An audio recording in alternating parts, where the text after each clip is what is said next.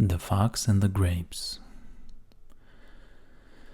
A hungry fox saw some fine bunches of grapes hanging from a vine that was trained along a high trellis, and did his best to reach them by jumping as high as he could into the air.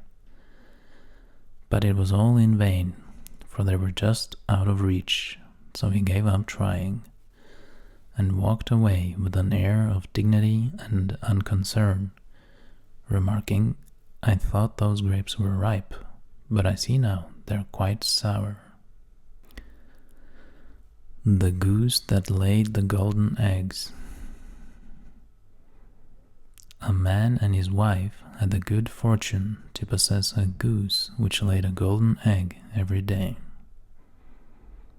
Lucky though they were, they soon began to think they were not getting rich fast enough, and, imagining the bird must be made of gold inside, they decided to kill it in order to secure the whole store of precious metal at once.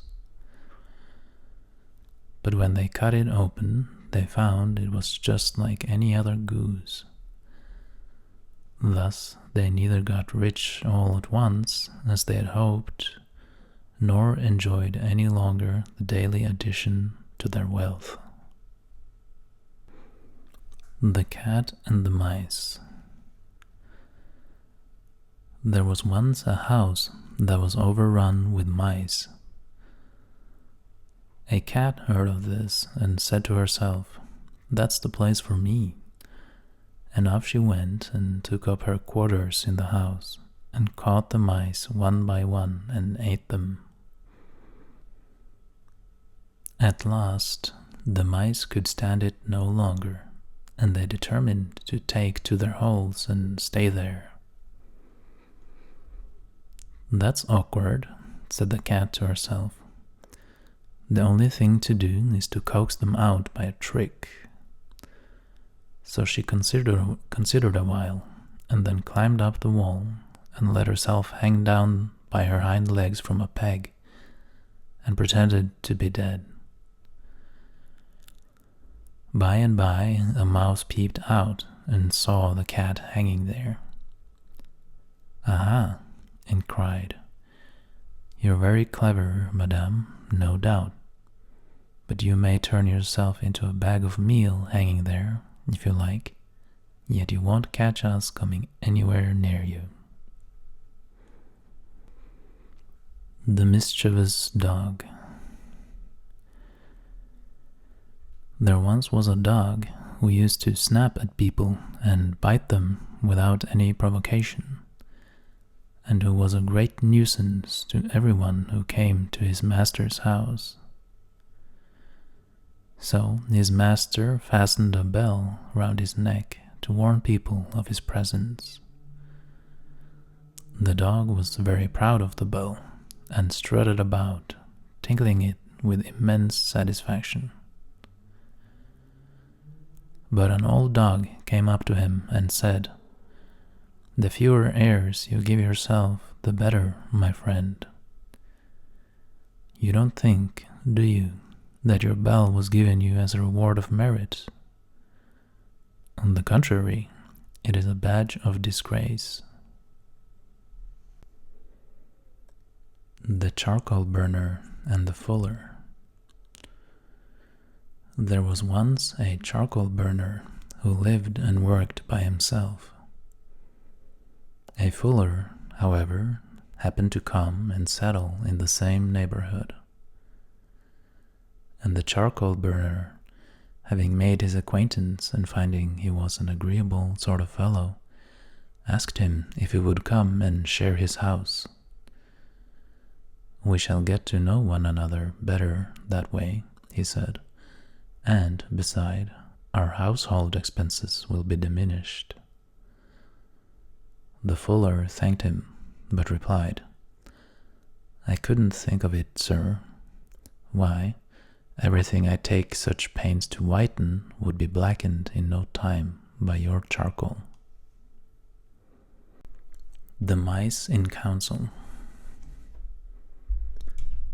Once upon a time, all the mice, met together in council and discussed the best means of securing themselves against the attacks of the cat.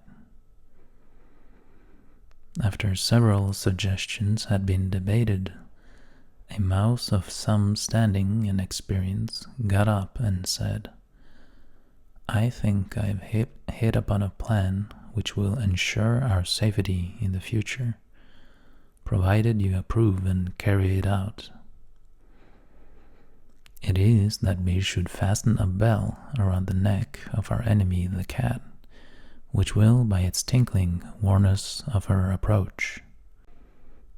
This proposal was warmly applauded, and it had been already decided to adopt it, when an old mouse got upon his feet and said, "I agree with you all that the plan before us is an admirable one, but may I ask, who is going to put the bell on the cat?"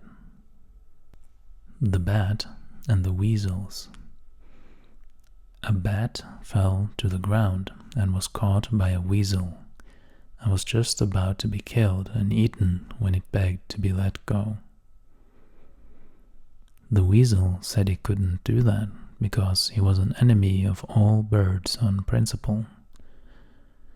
"Oh, but," said the bat, "I'm not a bird at all.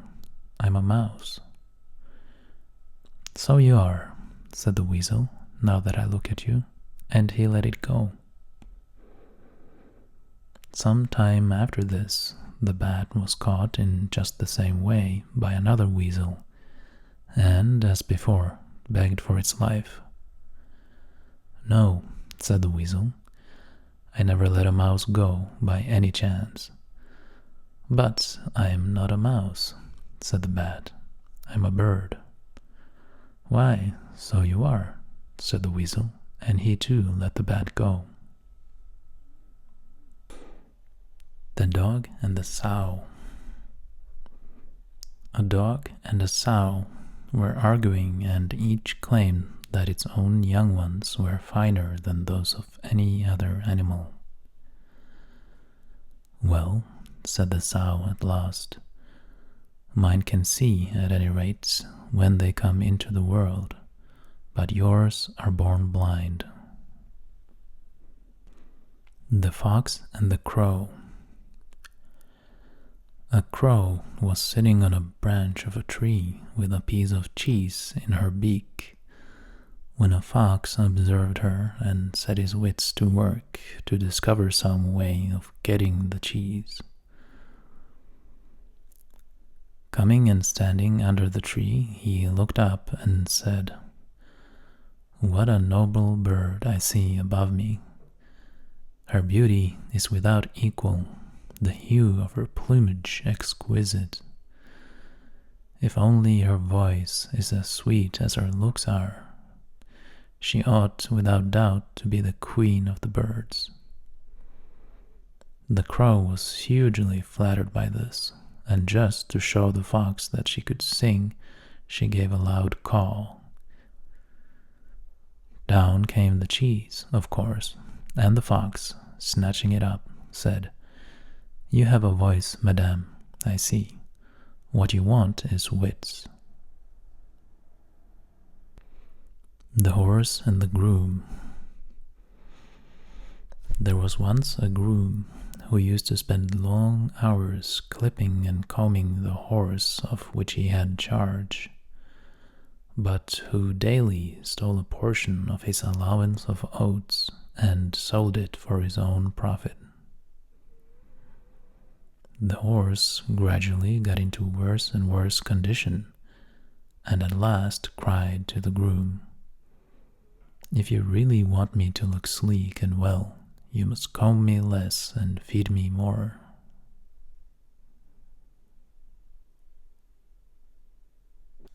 The Wolf and the Lamb. A wolf came upon a lamb straying from the flock, and felt some compunction about taking the life of so helpless a creature without some plausible excuse.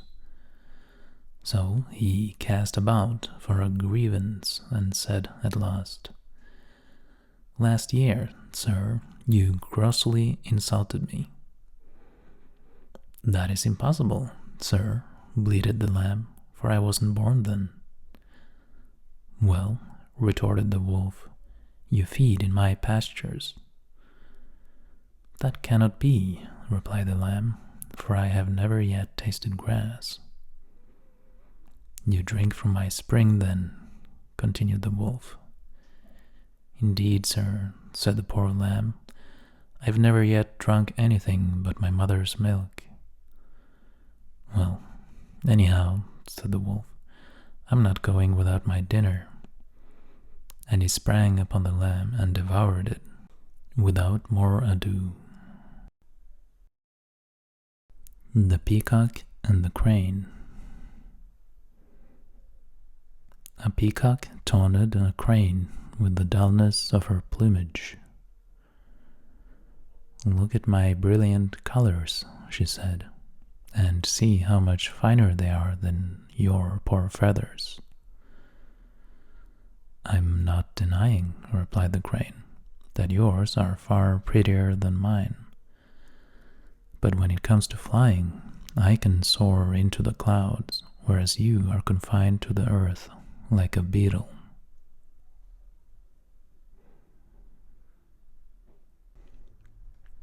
The Cat and the Birds. A cat heard that the birds in an aviary were ailing. So he got himself up as a doctor, and, taking with him a set of the instruments proper to his profession, presented himself at the door and inquired after the health of the birds. "We shall do very well," they replied, "without letting him in, when we've seen the last of you." The Spendthrift and the Swallow. A spendthrift, who had wasted his fortune and had nothing left but the clothes in which he stood, saw a swallow one fine day in early spring. Thinking that summer had come and that he could do now without his coat, he went and sold it for what it would fetch. A change, however, took place in the weather, and there came a sharp frost which killed the unfortunate swallow. When the spendthrift saw its dead body, he cried, "Miserable bird, thanks to you, I'm perishing of cold myself." The Moon and Her Mother. The moon once begged her mother to make her a gown. "How can I?" replied she. "There's no fitting your figure. At one time you're a new moon, and at another you're a full moon, and in between you're neither one nor the other."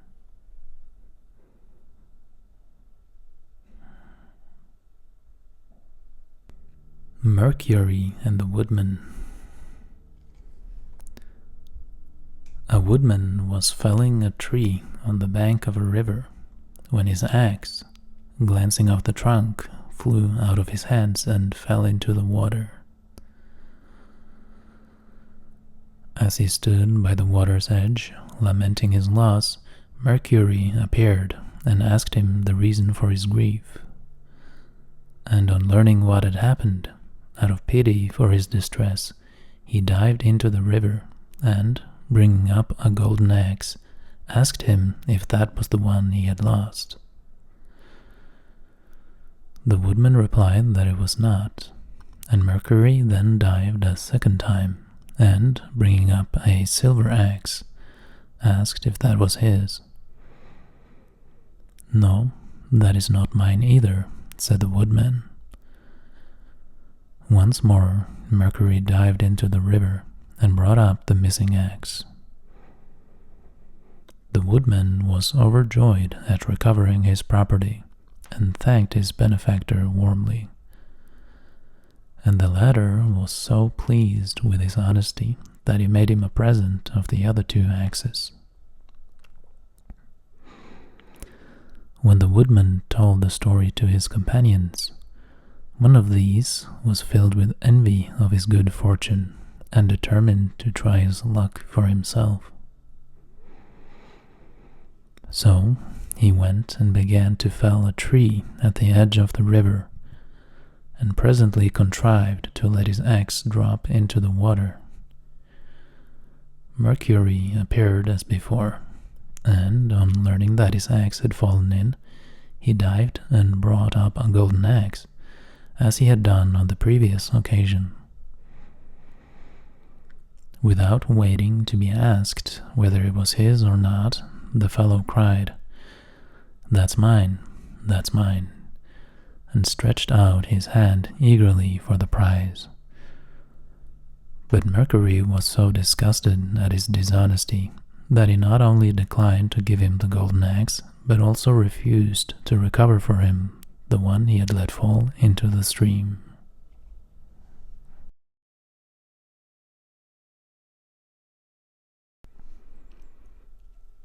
The Donkey, the Fox, and the Lion. A donkey and a fox went into partnership and sallied out to forage for food together. They hadn't gone far before they saw a lion coming their way, at which they were both dreadfully frightened. But the fox thought he saw a way of saving his own skin, and went boldly up to the lion and whispered in his ear, "I'll manage that you shall get hold of the donkey without the trouble of stalking him, if you'll promise to let me go free."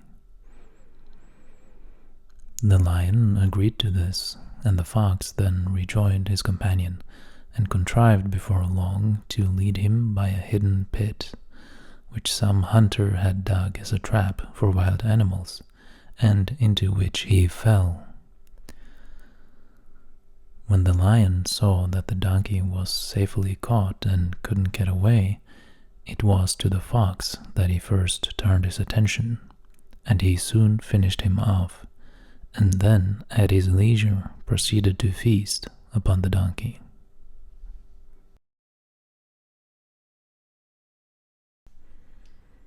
A lion asleep in his lair was woken up by a mouse running over his face. Losing his temper, he seized it with his paw and was about to kill it. The mouse, terrified, piteously entreated him to spare its life.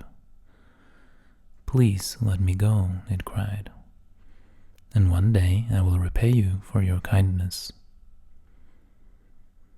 The idea of so insignificant a creature ever being able to do anything for him amused the lion so much that he laughed aloud and good-humoredly let it go.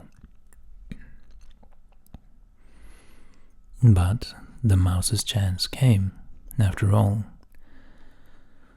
One day, the lion got entangled in a net which had been spread for game by some hunters, and the mouse heard and recognized his roars of anger and ran to the spot.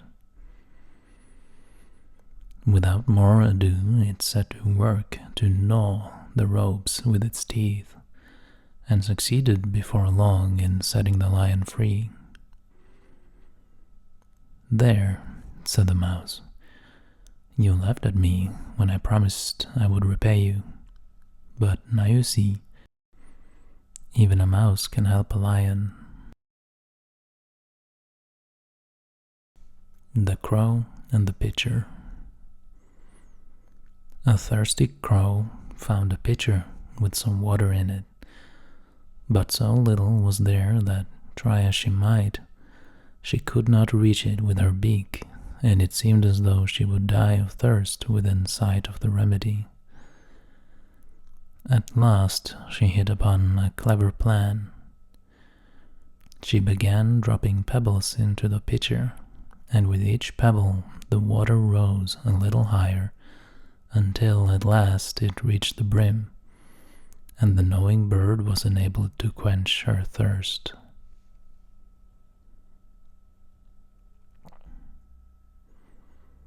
Some mischievous boys were playing on the edge of a pond, and, catching sight of some frogs swimming about in the shallow water, they began to amuse themselves by pelting them with stones, and they killed several of them. At last, one of the frogs put his head out of the water and said, "Oh, stop, stop, I beg of you. What is sport to you is death to us."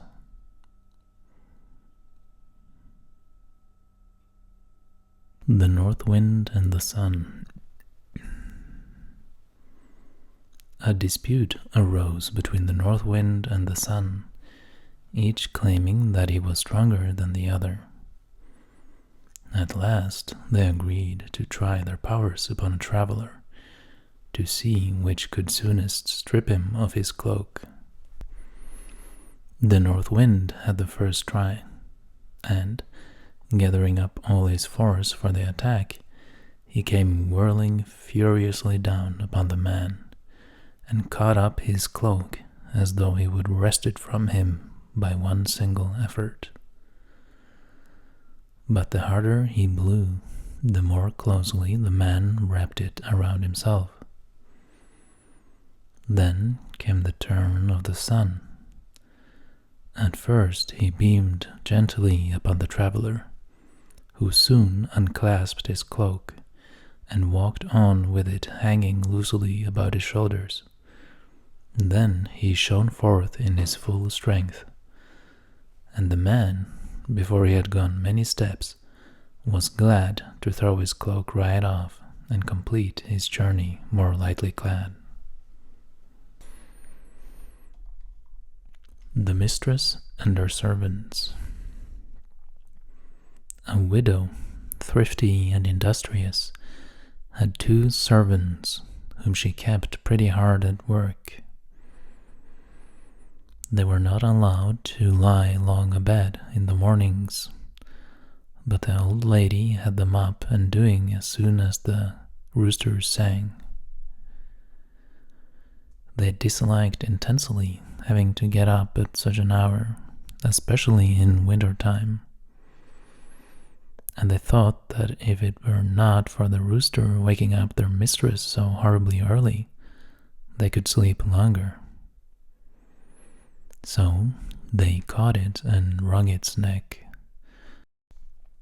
But they weren't prepared for the consequences. For what happened was that their mistress, not hearing the rooster crow as usual, woke them up earlier than ever and set them to work in the middle of the night.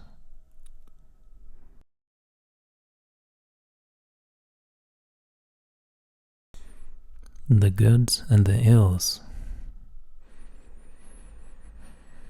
There was a time in the youth of the world when goods and ills entered equally into the concerns of men, so that the goods did not prevail to make them altogether blessed, nor the ills to make them fully miserable. But, owing to the foolishness of mankind, the ills multiplied greatly in number and increased in strength, until it seemed as though they would deprive the goods of all share in human affairs and banish them from the earth. The latter, therefore, betook themselves to heaven and complained to Jupiter of the treatment they had received, at the same time praying him to grant them protection from the ills, and to advise them concerning the manner of their intercourse with men. Jupiter granted their request for protection, and decreed that for the future they should not go among men openly in a body, and so be liable to attack from those hostile ills, but singly and unobserved, and at infrequent and unexpected intervals.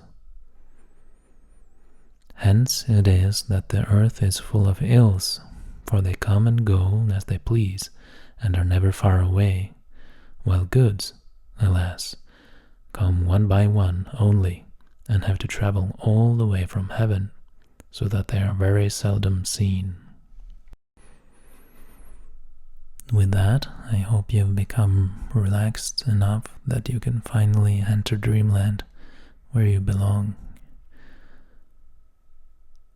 Good night and sleep well.